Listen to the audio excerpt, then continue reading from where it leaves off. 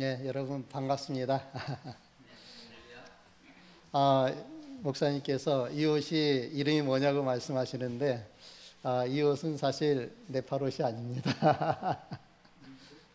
예, 인도에 저희가 잠깐 갔었는데 거기에서 산 옷이거든요. 여러분들은 네팔의 정장을 보면 아마 좀 더 이상하게 느끼실 거예요. 왜냐하면 하얀 옷인데 짧아요.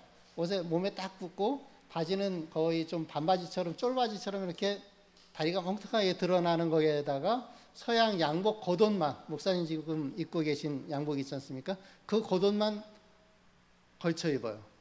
그러니까 어떻게 되냐 그러면 우리 눈에 딱 보기에 이 사람은 왜 자기 옷에다가 남의 옷을 갖다가 입었을까 생각이 듭니다. 그리고 또삐라고 뾰족한 모자를 쓰세요.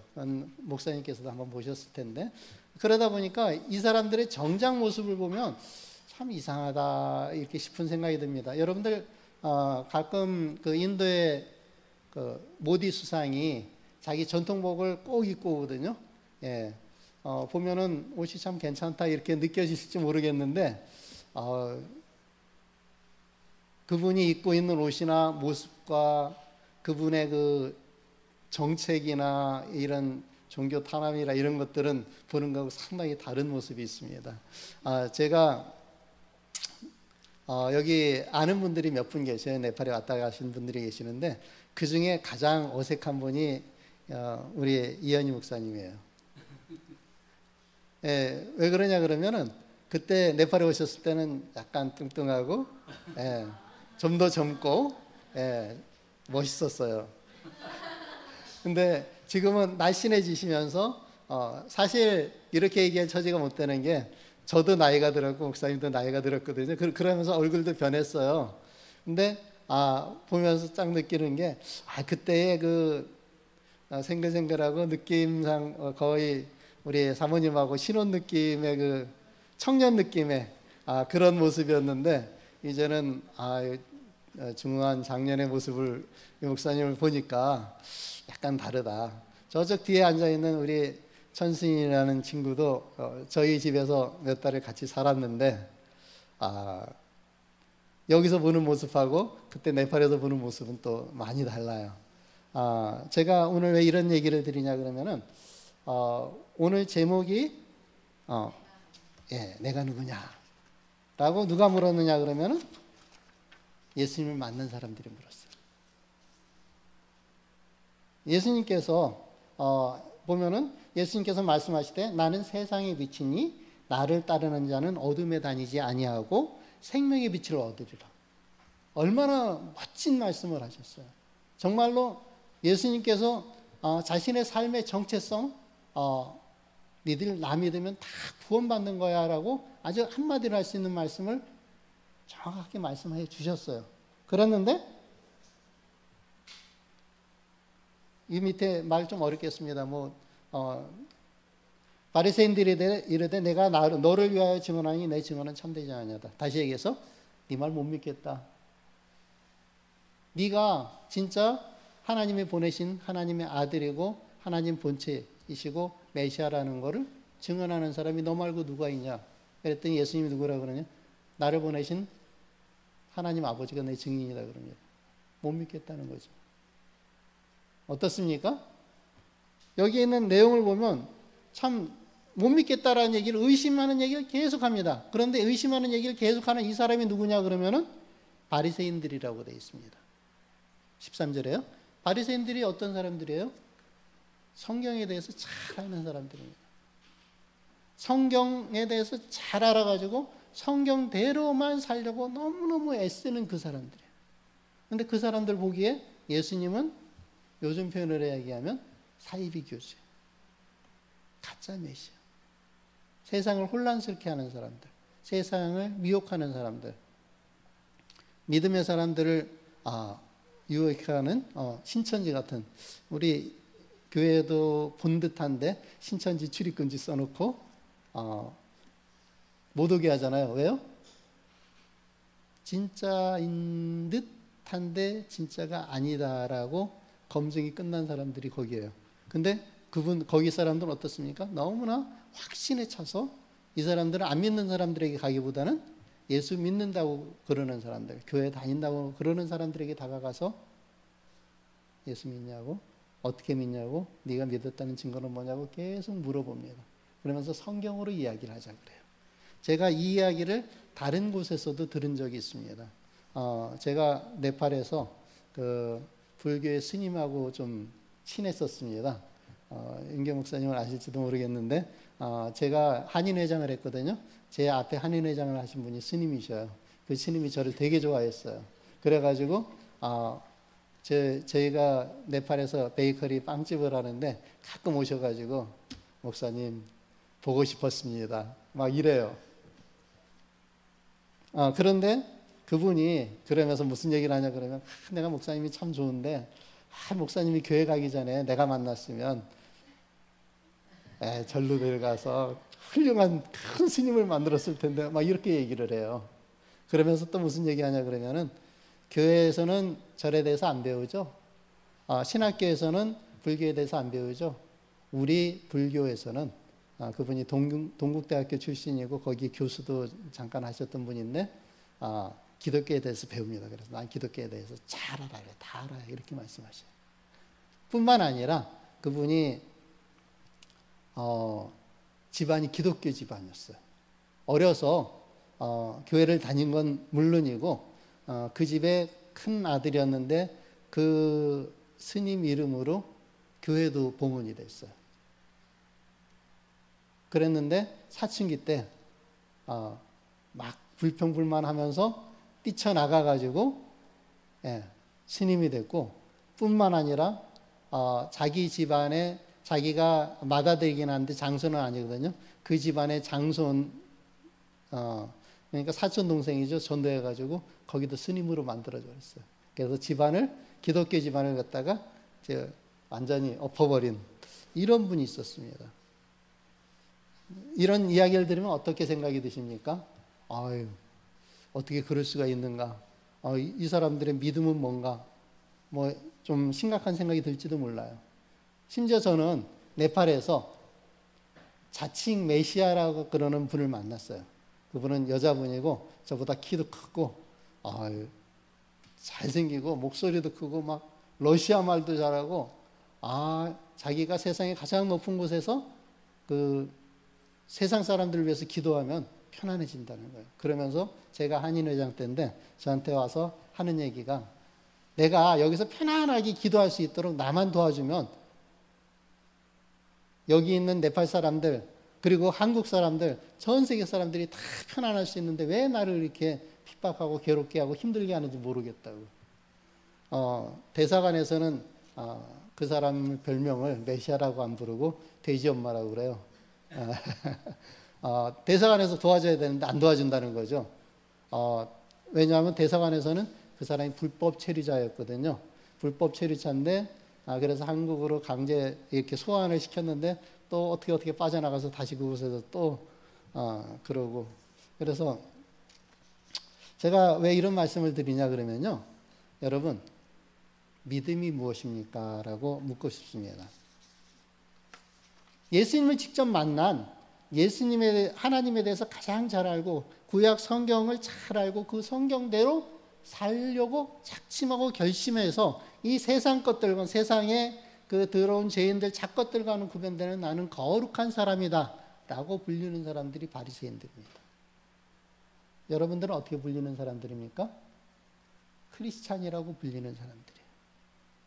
그리스도인이라고 스스로 부르고 다른 사람들에게도 당신 종교가 뭐냐 그러면 저는 그리스도인입니다. 다시 얘기해서 예수의 사람입니다. 예수 집안 사람입니다라고 이렇게 표현하는데 제가 이건 물론 농담입니다. 한국에서 나가고 나니까 한국의 교회들이 욕을 많이 먹는 것 같아요. 요즘 기독교 신뢰도가 상당히 많이 떨어져서 불교나 천주교보다도 신뢰도가 떨어졌다는 얘기를 참 많이 듣고 어디 가서 교회 다니는 사람 목사라고 얘기하는 게 그렇게 썩 칭찬받지 못할 것 같은 느낌도 상당히 많이 받습니다. 그렇다고 해서 그 비난하는 사람들이 훨씬 아름답고 거룩한 삶을 사느냐 하면 뭐 그건 또 별개의 문제인 것 같고요. 제가 드리고자 하는 말씀은 무슨 얘기냐 그러면 오늘 아까 이현희 목사님께서 주님이 주신 능력을 통해서 주님의 능력이 나의 삶을 다스리고 새롭게 하신다 라고 그러면서 주님의 능력, 다시 얘기해서 은사에 대해서 말씀하시면서 사람들은 특별한 은사만을 사모한다라고 말씀하셨어요. 저도 오늘 특별한 은사를 하나 소개하고자 합니다. 그 특별한 은사가 뭐냐 그러면 믿음이에요. 믿음이 은사라는 얘기는 들어보셨는지 모르겠지만 믿어지는 것이 능력이다라는 걸 제가 얼마 안 되는 교회 다니는 삶에서 느꼈습니다. 선교지에서도 그러고 한국에서도 참 몇 대를 이어서 믿음을 이어온 분들이 있습니다. 그분들이 뭐 크게 멀리 가지는 않지만 많이 고민하는 모습들 상당히 많이 봤습니다. 목사님 자녀들이 더 힘들어하는 모습도 많이 봤고 선교사 자녀들 참 마음고생들 많이 하는 것도 많이 봤습니다. 제 직장에서도 그 믿음의 사람이라고 본인을 소개하는 사람들한테 말하자면 어려운 일도 뭐 제법 겪게 되고 그러더라고요. 믿음이 정말 특별한 능력입니다. 실제로는 믿음이라는 표현보다는 이렇게 표현하는 게 더 좋을 것 같습니다. 믿어지는 은사, 믿어지는 은혜, 믿어지는 축복. 아까 우리 찬양 가운데도 은혜와 축복과 감사에 대해서 계속 찬양이 나와서 참 감사가 됐었는데요. 정말로 은혜 받기를 원합니다. 그 은혜가 뭐냐 그러면 믿어지는 겁니다. 심지어는 제가 뭐 오늘 시간이 별로 없어서 그 요한복음 7장 이야기도 사실 같이 하려고 했었는데 예수님의 동생들이 있는 거 아세요? 예, 동생들이 제법 많았습니다. 이름만 나온 동생, 남동생이 4명이고 여동생들 해가지고 보면 여자도 2명 있었습니다. 그러면 예수님 포함하면 최소 7남매에서 10남매인지 12남매인지는 모르겠어요. 그러나 예수님의 동생들이 그득하게 있었는데 그 동생들이 예수님하고 33년을 같이 살았는데 못 믿었어요. 그래가지고 요한복음 7장에 보면은 큰 명절에 대해서 됐는데 예수님이 이미 공생애를 사시면서 예루살렘 가서 사방 다니면서 전도하고 복음 전하고 막 이랬거든요. 그랬는데 지금 고향에 다시 돌아온 예수님한테 동생들이 그럽니다. 형님 명절인데 예루살렘 성전에 가서 메시아 노릇 좀 해야지. 여기서 왜 이렇게 쭈그리고 있어? 거의 이렇게 표현을 하는 거예요. 예수님께서 뭐 아직 내 때가 이르지 않았다 어쩌고 저쩌고 하시면서 하는데 참 대화가 잘 안 됩니다. 예수님의 동생하고도 대화가 잘 안 될 뿐만 아니라 예수님 태어날 때 그 하나님을 찬양했던 예수님의 어머니 마리아도 나중에 어떻게 합니까? 예수님이 미쳤다 소리를 듣고서 동생들하고 예수 데리러 가요. 잡으러 가요. 그때 어떤 얘기를 하시냐 그러면 우린 참 헷갈립니다. 누구 말이 옳은지 헷갈리는 거예요. 왜냐하면 그 어머니와 동생들이 예수가 미쳤다고 예수를 데리러 왔어요. 근데 그 예수는 이렇게 단상에서 앞에서 내가 하나님의 아들이다. 너희들이 나를 믿으면 다 구원받고 너희들은 다 하나님 아버지 집에 갈 수 있다라고 얘기를 합니다. 여러분이 그 상황이면 예수님 동네 사람들이면 예루살렘 성전에서 예수가 설교하는 멋진 말을 듣고 그걸 막 비난하는 더 고귀해 보이는 그 사람들의 얘기를 들으면 여러분들은 누구를 믿겠습니까? 믿어질까요? 삭개오처럼 예수님에 대해서 잘 몰라도 예수님 얼굴에도 한번 보고 싶다고 그러는 이런 사람도 있고 대제사장도 못 믿어하고 예수님께 3년 교육을 받은 베드로를 포함한 제자들도 대부분 예수님을 잘 믿지 못했어요. 그래서 오늘 들은 단어로 얘기하면 성령의 특별한 은사가 바로 믿어지는 은사가 아닌가 싶습니다. 여러분, 우리가 믿어진다는 건 정말 큰 은혜고 은사입니다. 그런 은혜와 은사가 저와 여러분에게 있기를 소망합니다. 사실 이 예배라는 것이 무엇이겠습니까? 설교라는 것이 무엇이겠습니까? 내가 만난 하나님께 감사를 노래로 표현하는 게 찬양이에요. 그런 그 하나님을 만난 은혜를 경험한 사람들이 그 자기의 삶의 은혜를 달란트를 사용해서 표현해서 찬송가도 만들고 복음송가도 만들고 다른 사람에게 간증하고 이렇게 표현합니다. 설교는 뭘까요? 내가 만난 예수님, 내가 알고 있는, 내가 들은 예수님에 대해서 어떻게 해요? 말씀을 묵상하면서 내가 아는 만난 예수님 이런 분이다. 너희들도 같이 믿자라고 이렇게 권하는 것이 설교입니다. 다 믿음이 전제가 돼야 됩니다. 교회에 오는 것, 사실은 예배의 시작이 언제부터일까요? 내가 교회에 가야지라고 생각하는 것. 십자가를 바라보는 것. 그 십자가 있는 그 교회에 들어와서 자리에 앉는 것. 고개 한번 숙이고 내가 주님을 위해서, 교회를 위해서 섬기는 마음으로 헌금을 준비하는 것. 대부분 사실 예배에 은혜 받는 건 있잖아요. 목사님 설교 잘해서 축도할 때 은혜 받는 게 아닌 것 같습니다.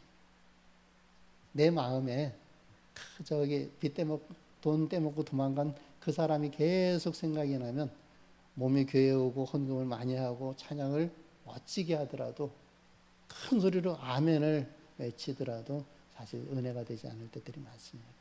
그래서 상당히 많은 사람들이 예배 끝나고 돌아가면서 글쎄요, 문 앞 쓰레기통에다가 은혜를 다 버리고 힘들게 어렵게 다시 그 삶을 사는 그런 경우들을 되게 많이 봅니다. 여러분, 한량 없는, 한량 없는, 변함없는 충실한 은혜에 대해서 하나님은 계속 우리들에게 은혜를 부어주고 계십니다. 예수님께서는 그 하나님에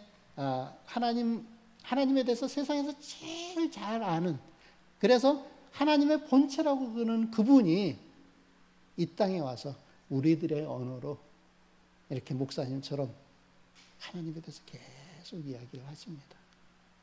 그리고 성령님께서 우리 마음 가운데 오셔서 그래, 저 사람은 가짜 메시아고 저 사람들이 이야기하는 것은 잘못된 거고 우리 윤경 목사님과 부도나무 교회에서 이루어지는 이 가운데서 은혜를 믿어지는 은혜를 발견하고 그 믿어지는 말씀을 붙잡고 그렇게 살아야 된다라고 말씀하십니다.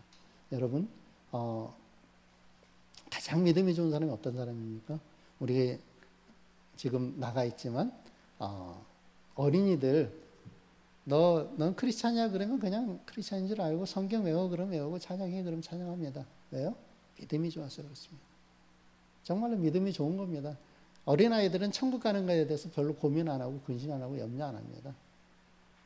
근데 점점 자라면서 우리는 세상에 대해서 좀 더 안다. 성경에 대해서 더 안다. 예배 교회 많이 다녀봤다. 설교 많이 들어봤다. 그러면서 점점 믿음이 커지고 믿음이 생기는 게 아니라 믿음은 점점 작아지고 의심은 점점 커지고 근심과 염려들도 덕지덕지 그러면서 참 이러다 내가 천국 가겠나 못 가겠나 싶은 그런 지경까지 이르는 경우들이 제법 있는 것 같습니다. 그러나 여러분 한번 생각해 보십시오. 예수님께서 이렇게 말씀하셨습니다. 나로 말미암지 않고는 아버지께로 갈 자가 올 자가 없다 그랬습니다. 왜냐하면 나는 길이요 진리요 생명이니 나로 말미암지 않고는 아버지께로 올 자가 없다 그랬는데 왜냐하면 내가 아버지 집에서 온 사람은 나밖에 없으니까 내가 가는 길을 알고 내 손 잡고 가면 되고 내가 얘기하는 대로 가면 된다라고 얘기합니다. 사실 성경에 그 수많은 진리라는 게 다른 게 아니고 예수님께서 거짓말 하나도 안 하신다는 거거든요. 예수님께서 하신 말씀이 100% 거짓말이 아니라는 걸 믿는 게 그게 진리입니다. 하나님의 일이 뭐라고 예수님께서 말씀하셨습니까? 하나님께서 보내신 자를 믿는 게 하나님의 일이라고 하셨어요. 우리가 할 수 있는 하나님의 일이 뭡니까? 믿는 겁니다. 근데 믿기가 어려워지니까 어떻게 됩니까? 믿어지는 은혜가 필요한 거고 기도하는 거고 믿음 달라고 저기 자식이 왜 미쳐가지고 불 가운데도 뛰어들고 막 이런 사람이 있었습니다. 제자들에게 데려와가지고 예, 귀신 쫓아서 기도해달라 그랬더니 못 쫓았대요. 그랬더니 어떻게 합니까? 이건 믿음이 부족해서 그런 거다. 그러니까 그 아버지가 뭐라고 그러냐 그러면 제 믿음 없음을 불쌍히 여기시고 예, 믿음 달라고 그랬어요. 우리가 해야 될 기도가 사실 그런 것 같습니다. 의심이 들 때마다 의심이 안 드는 게 의심이 들고 안 들고 생각 없는 게 아니라 기쁨으로 은혜로 충만하지 않으면 사실 의심하는 겁니다. 믿지 못하는 거예요. 왜 쉬지 말고 기도하라고 그랬겠습니까? 우리에게 필요한 것은 믿어지는 은사고 그것이 바로 축복이고 그것이 은혜입니다.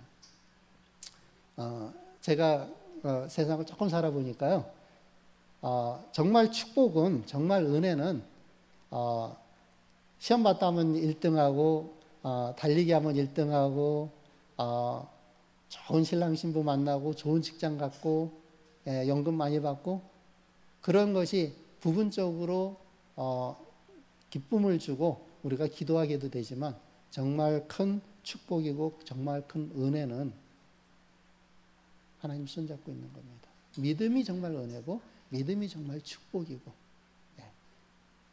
그리고 이거 하나님께서 우리를 사랑하신다. 다시 얘기하면 모든 것을 다 가지고 다 아시는 그분이 우리를 의심하지 않는다. 뭐를 의심하지 않냐 그러면은 내 사랑하는 아들들. 예수님께서 이렇게 표현하셨어요. 친구를 위해서 목숨을 버리는 것보다 더 큰 사랑이 없다. 그러면서 나는 이런 사랑에 충만하다. 너무 기쁘다. 근데 앞에 보는 사람들 3년 데리고 있었던 제자들 가룟유다 아시죠? 3번 예수님 부인한 베드로도 아시고요. 예수님의 어머니 마리아도 아시고 예수님의 동생들도 아십니다. 그리고 여기에 나와 있는 서기관들, 바리새인들, 대제사장들, 유대인이라고 나오는 그 사람들 아십니다. 근데 그 사람들 예수님께서 야 너는 마음에 안 들어. 그리고 제끼지 않으셨어요. 성경에 보면은 제일 많이 내온 얘기가 뭐냐 그러면 이 바리새인들하고 제사장들하고 끊임없이 대화를 하십니다. 사실 보통 사람들하고의 대화 장면은 많이 기록이 덜 돼 있지만 이 사람들하고 성경 논쟁하는 것처럼 보이는 모습들이 많이 나와 있는데 왜 그럴까요? 이 사람들 하나하나를 다 사랑하셨습니다. 여러분 내게 부족한 거, 우리가 죄인인 거 성경에서 죄인이라고 정죄하는 걸로 느끼는데 사실은 아닙니다. 그럼에도 불구하고 내가 너를 사랑하는데 그야말로 이런 얘기 한 번씩은 들어보셨죠? 이 세상에 사람이 다 죽어 없어지고 나 하나 남았을 때 예수님께서 나를 위해서 목숨을 버리셔 나를 구원하셨겠냐. 본인을 바라볼 때는 그런 생각이 안 들지만 예수님께서는 어떻게 해요? 1초의 고민도 없으십니다. 여러분 제가 선교지에 나가고 있다 보니까 참 믿음 약하고 믿음이 흔들리고 선교사라고 그래도 현지 목사님이라 해도 참 이게 살살 흔드는 게 아니라 태풍에 쓸려 나가고 회오리 바람에 정말로 공중에 떴다 추락하는 그런 모습들 참 많이 보거든요. 그러면서 참 힘들 때가 많고 뿐만 아니라 제 모습을 볼 때도 왜 이렇게 많이 흔들리고 왜 이렇게 좌절하고 좋았다 싫었다가 왜 이렇게 많은지 그런 생각이 들 때가 있습니다. 근데 하나님 보시기에는 온 세상보다 천하보다 더 귀한 사람이 바로 너라고 이야기를 하면서 뭐라 그럽니까? 너는 내가 미워하는 애가 아니라 너는 내 사랑하는 자다. 하나님 아버지께서 예수 그리스도를 보면서 내 사랑하는 자, 내 모든 것이라고 표현하신 것처럼 예수님께서 우리에게 그렇게 하시면서 다 우리에게 친구다, 형제다, 그리고 내 신부다. 위해서 목숨을 버리는 것 아닙니다. 기꺼이 목숨을 내어주시는 것. 그것으로 충만하셨고 충만하시고 충만하실 분입니다. 태어나는 갓난아기가 엄마 뱃속에서 죽어도 그 아이 사랑할까요? 안 할까요? 교회에 와 있는 여러분만 사랑할까요? 오늘 오기로 했는데 안 온 사람은 서운할까요? 예수님이? 교회 한 번도 안 온 사람은, 예수 믿느니 내 주먹 믿으라 그러는 사람은 다 사랑하십니다. 믿어지는 은혜가 있기를 바라고, 특별히 내 삶 가운데 정말 믿어지는 은혜로 충만하면 있죠. 정말 감사로 충만하고 찬양으로 충만하고 기쁨으로 충만하게 되고, 그것이 주님 주신 복인 거랍니다. 이 세상엔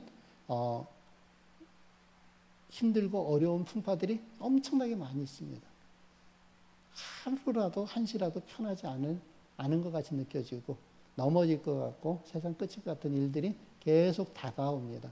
그러나 주님께서 나를 바라보고 계시고 내 손을 잡고 계시고 나를 주님 아버지의 집으로 데려가기에 전혀 부끄럽지 않고 두려워하지 않는다는 것. 저는 이 요한복음을 이번에 다시 읽으면서 느낀 것은, 참 사람들 끈질기게도 지겹게도 의심한다.